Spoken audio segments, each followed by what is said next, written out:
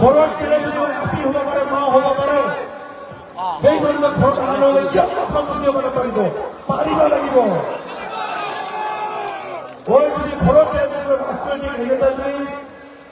দিয়া যদি সমাজখন ভাগ ভাগ কৰিব খোজে আমি কিন্তু ঘূৰাই নিদিম বিভিন্ন ব্ৰেণ্ডে বস্তু আমি একত্ৰিত হওঁ হ'বনে লাষ্টত দুটা আমাদেৰ পুনৰায় ধন্যবাদ জানিয়া আজিৰ উদ্দেশ্য ব্যাখ্যা আৰো আদৰণী ভাষণ এটা সমাপ্ত কৰিল সকলৰে সুস্বাস্থ্য কামনা কৰিলো যেনেকৈ কষ্ট কৰি আপোনালোকে আহিছে ঠিক শৃংখলাবদ্ধতাৰে আপোনালোকে ওলাই যাব বুলি আমি আশা কৰিছো আমাৰ বহুত অতিথি আছে আমাৰ মনৰ পক্ষপাতি মন সেই কথাখিনি আপুনি অলপ শুনক ৰাজনীতিখন আপোনালোকে বহুত দিছে আমাৰ এটা বেলেগ কথা নিজৰ জাতিৰ শক্তি কৰাৰ এটা কথা আমি খাওয়া লোৱাৰ ব্যৱস্থা কৰিব পৰা নাই আপোনালোকে যেনেকা মন্দিৰত চলা যায় নিজে পইচা পাতি উঠিয়া কিন্তু পোশাক নিয়ে যায় মন্দিৰত তাই নিজে আৰাধনা কৰে ভৱিষ্যত মোৰ পৰিয়ালটা মোৰ যাতে ভালে যাওক কৰিব আৰাধনা কৰে ঠিক একে কথা আমিও আজিকা উপাস ৰাখিয়া এই মঞ্চত গোটাই কষ্ট কৰিছে সকলৰ ভাল হওক বুলিয়া ভগৱানৰ ওচৰত প্ৰাৰ্থনা কৰিয়া আমি এবাৰে নিজৰ শক্তি নিজৰ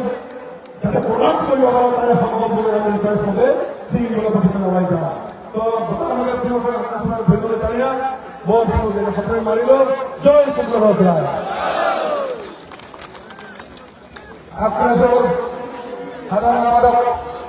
আমি ধন্যবাদ জ্ঞাপন কৰছো এইবাৰ আমাৰ গ্ৰহণ ৰাখিব আগ্ৰাসেৰ সভাপতি মাননীয় মনোজয় ডাঙৰীয়া তেখেতক আমি মঞ্চৰ আগত জনাইছো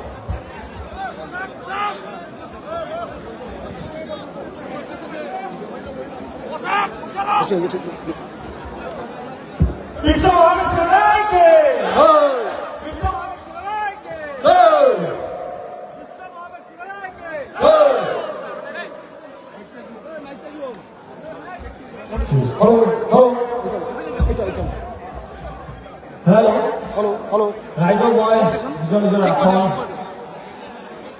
গ্ৰহণ কৰাৰ কাৰণে আহ্বান জনাইছো পোনপ্ৰথমে মই আমাৰ সদৌ গছৰ ছাত্ৰ সন্থা গমনগৰ ষ্টেট ডিমাণ্ড কাউন্সিল সদৌ অসম গছ ৰাজবংশী সন্মিলনী সদৌ গছ ৰাজবংশী যুৱ ছাত্ৰ সন্মিলনী গছ ৰাজবংশী সংগ্ৰাম সমিতি গছ ৰাজবংশী বিটিচি সন্মিলনী গছ ৰাজবংশী কালচাৰেল সোসাইটি প্রাক্তন এলো গছ রাজবংশী মহিলা সমিতি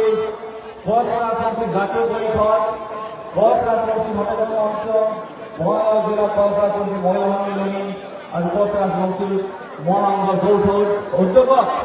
আজি যে আমার নিজের প্রাপ্য অধিকারের কারণে ওলাই আহা আমার মা বৈনী ভাইবিলাকক মই আকাশৰ ফালৰ পৰা সকলোকে প্ৰণাম আৰু নমস্কাৰ জনাইছো যে আপোনালোকে জানে যে আমাৰ গছ ৰাজবংশী জাতিটা নিষ্পেষিত লাঞ্ছিত বঞ্চিত আমি আমাৰ নিজৰ ঘৰতে আমি আত্মৰক্ষাৰ কাৰণে দিব লগা হৈছে আৰু ইতিমধ্যে আপোনালোকে গম পাইছে যে যি চৰকাৰ নহওক কিয় ই অসমতে হওক নাইবা বেংগলতে হওক আমাৰ জাতিটা সদায় দমন কৰি আহিছে এটা খুব দুৰ্ভাগ্যজনক কথা এই কারণে আমার গছ রাজবংশীর বিভিন্ন সংগঠন বিলাকে লগ লাগি আছে না আমি প্রতিবাদী কার্যসূচী রূপায়ণ করেছি ইতিমধ্যে অসমত হোক বা কোচবিহাৰতে হোক আজি অসমত নিজৰ স্বাৰ্থ অধিকাৰ ৰক্ষাৰ কাৰণে আমাৰ গছ ৰাজবংশী জনগোষ্ঠীৰ যি সহজ সৰল মানুহখিনিক লৈ তেওঁলোকে আমাক ব্যৱহাৰ কৰি আহিছে কিন্তু যেতিয়াই গছ ৰাজবংশী জনগোষ্ঠীটোৰ মৰ্যাদাৰ কথা আহে গছ ৰাজবংশী জনগোষ্ঠীটোৰ সমস্যাৰ কথা আহে এই সকলে কিন্তু